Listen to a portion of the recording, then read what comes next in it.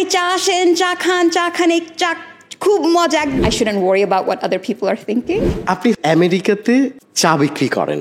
দর্শক, চ্যানেলের সাথে এই মুহূর্তে আড্ডায় আছে একজন বাঙালি মেয়ে। একই ধারে তিনি আমেরিকানও, কারণ দুই দেশের পাসপোর্টই তিনি বহন করেন। তার নাম হচ্ছেন সামিয়া। তিনি বাংলাদেশে এসেছেন সাম্প্রতিক সময়ে। আমরা তাকে পেয়েছি আমাদের স্পেশাল গেস্ট হিসেবে। তার অনেক চমৎকার চমৎকার গল্প আছে, সেই গল্পগুলো সামিয়ার থেকে আমরা জানবো। সামিয়া, আপনি কেমন আছেন? বাংলাদেশে স্বাগত, আপনার দেশে স্বাগত। Thank you. আমার অনেক ভালো লাগছে এখানে যে আসছি, আপনার সাথে কথা বলতেছি। বাংলাদেশে যে আসছি, বাংলাদেশের এদিক ওইদিক যায়, আমার খুব মজা লাগে। সো থ্যাংক ইউ আমাকে আজকে যে এসে আমার সাথে কথা বলতেছেন। আর আমি আগে থেকে অ্যাপোলোজাইজ করতেছি, আমার বাংলা অত ভালো না, হঠাৎ করে আমি ইংলিশে চলে যাই, কিন্তু আমি চেষ্টা করব বাংলাতে কথা বলতে। বাংলাদেশের ভাষায় যেটা বলে ক্ষুদ্র উদ্যোক্তা বা উদ্যোক্তা, কিংবা এটার একটা নাম, আপনার যে প্রফেশনগত নাম সেটাকে বলে চাওয়ালি। আপনি হচ্ছেন আমেরিকাতে চা বিক্রি করেন, চা বিক্রি করবেন। আসলে এই ভাবনাটা আমেরিকাতে কেন মাথায় আসলো? অনেক বছর আমি চাচ্ছিলাম একটা চায়ের দোকান করতে। তখন আমার মনে হয় চা হইলো বাংলাদেশের কালচারের এত ইম্পর্টেন্ট একটা জিনিস। আমার মনে হয় যখন আমার বাংলাদেশের চিন্তা হয়, আমার যেই মেমোরিজগুলো আসে, আমি হলো টেবিলের বসে আমার ফ্যামিলির সাথে চা খাচ্ছি, আড্ডা করতেছি, ঝালমুড়ি খাচ্ছি, এই মেমোরিটা আমার কাছে আসে। কেন চাটা করতে চাচ্ছিলাম? তার কারণ এটা খালি চায়ের জন্য না, মনে হয় চায়ের বাইরে একটা কানেকশনের কথা। আমরা যে বসে একসাথে চাটা খাই, একসাথে একজনের সাথে কথা বলতে পারি, এইটা আমি হইলো আমেরিকাতে প্রমোট করতে চাচ্ছিলাম। আর বাংলাদেশি চা আমার মনে হয় সব থেকে মজা। আমি এইটা হইলো মানুষদেরকে খাওয়াইতে চাচ্ছিলাম। আর চায়ের দোকান, তার কারণ একটা দোকানে যখন একজন আসে, ওরা হইলো একটু যদিও 10-15 মিনিট বসে একজনের সাথে কথা বলতে পারে। ওই টাইম যখন একটা দোকানে একজন স্পেন্ড করে, আমি অলসো বাংলাদেশের উপরে কথাটা বলতে পারি, বাংলাদেশ কোথায়, বাংলাদেশ কেমন, বাংলাদেশের আর্টিস্টের উপরে কথা বলতে পারি। সো তার জন্য আমি দোকানটা করতে চাচ্ছিলাম। তখন আমার মনে হয় একভাবে বাংলাদেশের অনেক কিছু প্রমোট করা যায়। Double million offer, Walton fridge কিনে পেতে পারেন 20 লক্ষ টাকা, রয়েছে কোটি কোটি টাকার নিশ্চিত উপহার। সামিয়া, আপনি হচ্ছে ওখানে যে চায়ের যে শপটা দিলেন, সেখানে কিন্তু হচ্ছে আপনাকে একটা চ্যালেঞ্জের মুখে পড়তে হয়েছিল। সবাই মনে করছিল যে ইন্ডিয়ান, সব কিছুতেই ইন্ডিয়ান ফুড, ইন্ডিয়ান কালচার, ওইটাকে নিয়ে আসছিল। ওই জায়গাটাতেও আপনি তীব্র দ্বিমত করেছিলেন একটা চ্যালেঞ্জ মোকাবেলা করার জন্য। ব্যাপারটা আসলে একটু বলবেন আমাদেরকে। হ্যাঁ, আমি আগে নিউ ইয়র্কে ছিলাম। নিউ ইয়র্কে হইলো অনেক বাংলাদেশি, আর মানুষ বাংলাদেশিকে চিনে বেশিরভাগ। কিন্তু আমি যখন নিউ ইয়র্কের বাইরে গেছি, এখন আমি নিউ অরলিন্সে 3 বছর ওখানে। যখন আমি নিউ অরলিন্সে গেছি, আমি একটা জিনিস খেয়াল করছি, বেশিরভাগ মানুষ আমাদেরকে যখন দেখে সবাই ভাবে ইন্ডিয়ান। ওরা ইন্ডিয়াকে বেশিরভাগ চিনে আর কি, পাকিস্তানকে চিনে না, বাংলাদেশকে চিনে না, বুঝতে পারে না যে এই জায়গাটায় বিভিন্ন মানুষ আছে। সো ওইটা একটা দেখে আমার একটু বিরক্ত লাগতেছিল। লাইক বাংলাদেশে তো একটা দেশ, আমরা সবাই তো ইন্ডিয়ান না, আমাদের খাবার ডিফারেন্ট, আমাদের কালচার যদিও একটু সিমিলারিটিস থাকে। আমার মনে হয় বাংলাদেশের খাবার হলো ইন্ডিয়ান খাবার থেকে অন্যরকম, আমাদের কালচার, আমাদের মানুষও হলো অন্যরকম।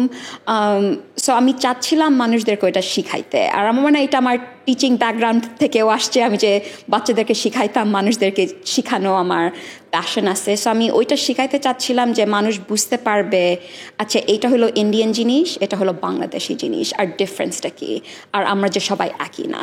আপনি আসলে ওখানে শুধু চাই বিক্রি করেন না, আপনি পাশাপাশি হ্যান্ডিক্রাফট বা হচ্ছে এই ধরনের ক্ষুদ্র উদ্যোক্তাদের বাংলাদেশ থেকে তৈরি যে সকল পণ্য আছে সেগুলোও বিক্রি করেন।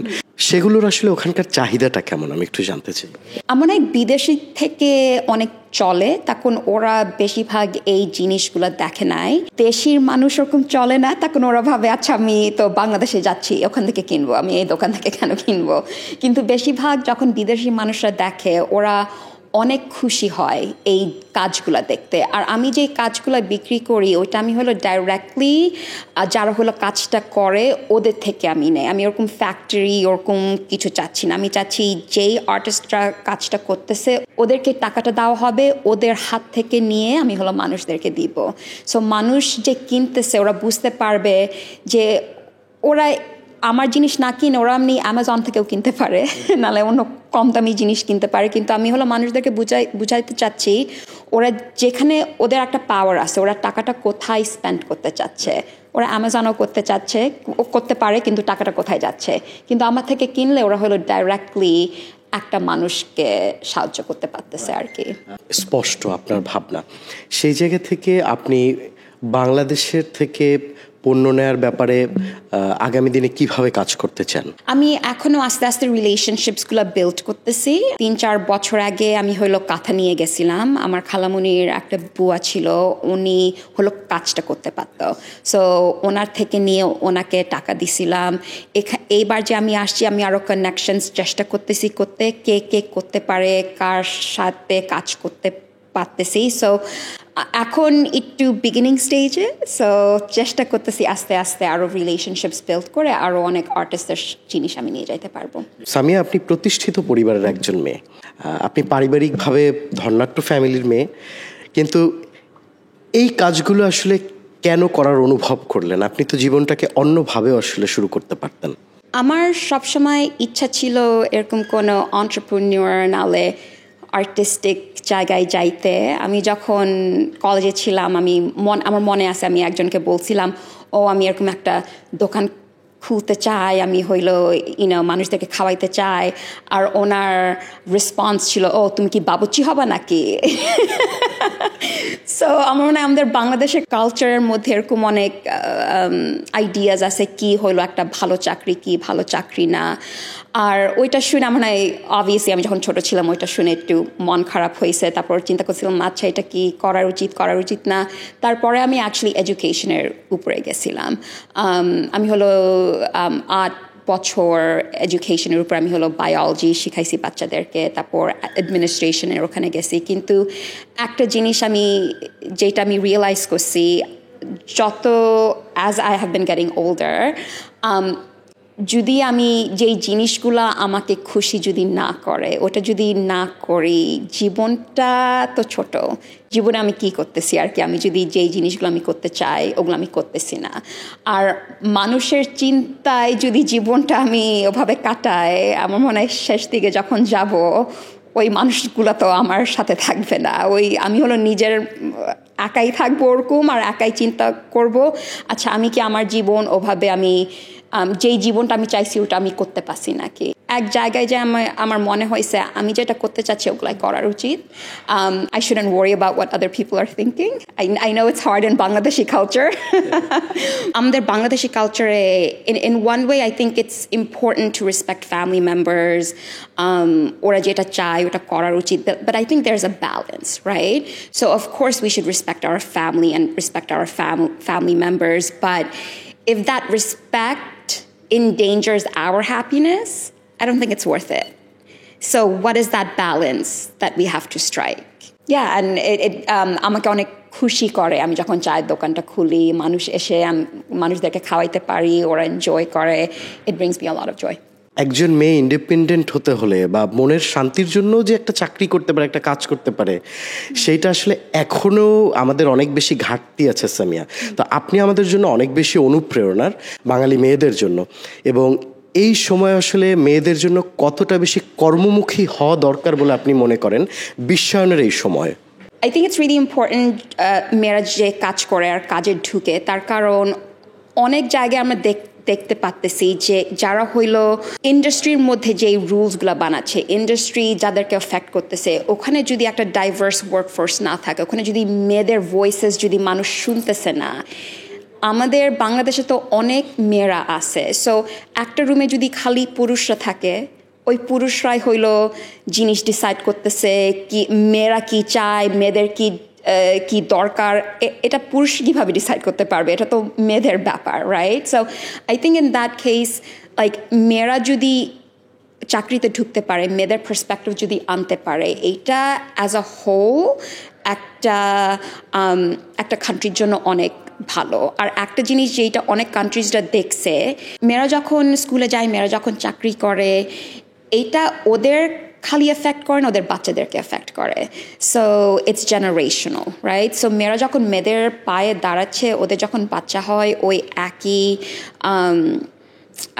drive, ওই একই passion ওদের বাচ্চাদেরকে দিচ্ছে, and now you have another generation that's willing to kind of move the country forward. So in that case, আমার এই মেয়েদের যখন মেয়েরা যখন স্কুলে যায়, মেয়েরা যখন চাকরিতে ঢুকে, it moves the industry and the country forward much more. Samia, আপনি আপনার এই বিজনেস থেকে চ্যারিটিতেও একটা অংশ দান করেন বাংলাদেশের জন্য, ঘটনাটা একটু বলবেন আমাদেরকে। When I was growing up, education was very important. In one way, আমি জানি আমি অনেক লাকি, আমি যেই ফ্যামিলির মধ্যে জন্ম হয়েছি। আমি অন্য ফ্যামিলির মধ্যেও জন্ম হইতে পারতাম যেখানে আমার মা বাবা আমাকে স্কুলে দিতে পারতো না। So there's a luck factor there, আর সবার ওই লাকটা নাই। আর আমার মনে হয় একটা এডুকেশন যদি একজন পায়, ওইটা দিয়ে ওরা অনেক কিছু করতে পারে, নিজের পায়ে দাঁড়াইতে পারে। বিদেশে যেমন যদিও গরিব মানুষ হয়, বড়লোক মানুষ হয়, সবার এডুকেশনের চান্সটা আসে, ওইটা একটা বিদেশের একটা ভালো জিনিস দেখছি আমি। কিন্তু বাংলাদেশে ওই চান্সটা ওরকম নাই, টাকা দেওয়া লাগে স্কুলে যাওয়ার জন্য। সো তার জন্য আমি চাচ্ছি এই বিজনেসটা মানুষদেরকে কীভাবে হেল্প করতে পারে। সো খালি আর্টিস্ট না, বাচ্চাদেরকে কীভাবে হেল্প করতে পারে। সো ওরা যখন আস্তে আস্তে বড় হবে, ইট কামস ব্যাক টু ওরা বাংলাদেশের জন্য কী করতেছে। আর এডুকেশনটা যদি ওদের হয়, ওরা হলো বাংলাদেশের জন্য অনেক কিছু করতে পারবে। আপনাকে আমি মিমিক্রি করতে বলবো। বাংলাদেশে স্ট্রিট যারা চা বিক্রি করে স্ট্রিটে, তারা বলে এই চা চা চা চা চা চা। আপনি এটা একটু করে শোনাবেন। আমি তো অ্যাক্টিং এ ভালো না, আচ্ছা দেখে আমি চেষ্টা করতেছি। এই চা আসেন, চা খান, চা খান, চা খুব মজা, একদম মুগ্ধ হয়ে যাবেন, আসেন আসেন তাড়াতাড়ি চলে আসেন চা খাইতে। ইংরেজিতে এটা Come drink some tea. It's the best tea that you've ever had. It's gonna blow your mind away. Come and sit down and have some tea. দর্শক, চ্যানেলের সাথে এত সময় আড্ডায় ছিল সামিয়া আমেরিকাতে বসে সে বাংলাদেশের কালচার এবং বাংলাদেশের মানুষ নিয়ে যে ভাবে, সেটি তার আলাপচারিতা এবং কথার মধ্যে কিন্তু আমরা ইতোমধ্যে জেনেছি। সে সেখানে বাংলাদেশের মানুষদের নিয়ে যে কাজ করতে চায়, তার জন্য তিনি তাদের হ্যান্ডিক্রাফট, ক্ষুদ্র উদ্যোক্তাদের পণ্য ওখানে কিন্তু তার দোকানে রাখছে। পাশাপাশি সে কিন্তু ওখানে চা সহ বাংলাদেশি ফুডকে এক্সপেরিমেন্ট করানোর জন্য তিনি কিন্তু কাজ করছে।